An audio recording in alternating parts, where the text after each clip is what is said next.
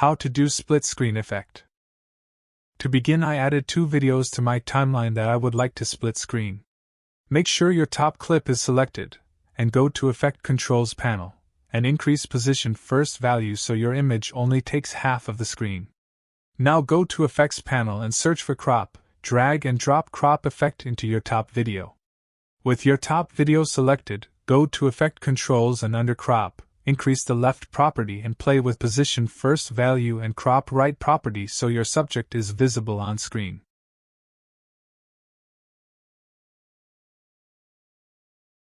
Now select your bottom clip and in Effect Controls, drag Position First value so your subject is visible on screen.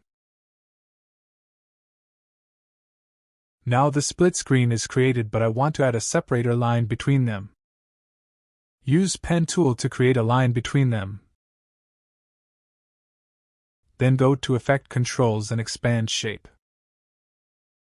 Set stroke color to a color you want and increase stroke width. I use white color and 15 for stroke. At last, with Selection tool, increase the length of your line to match the whole video.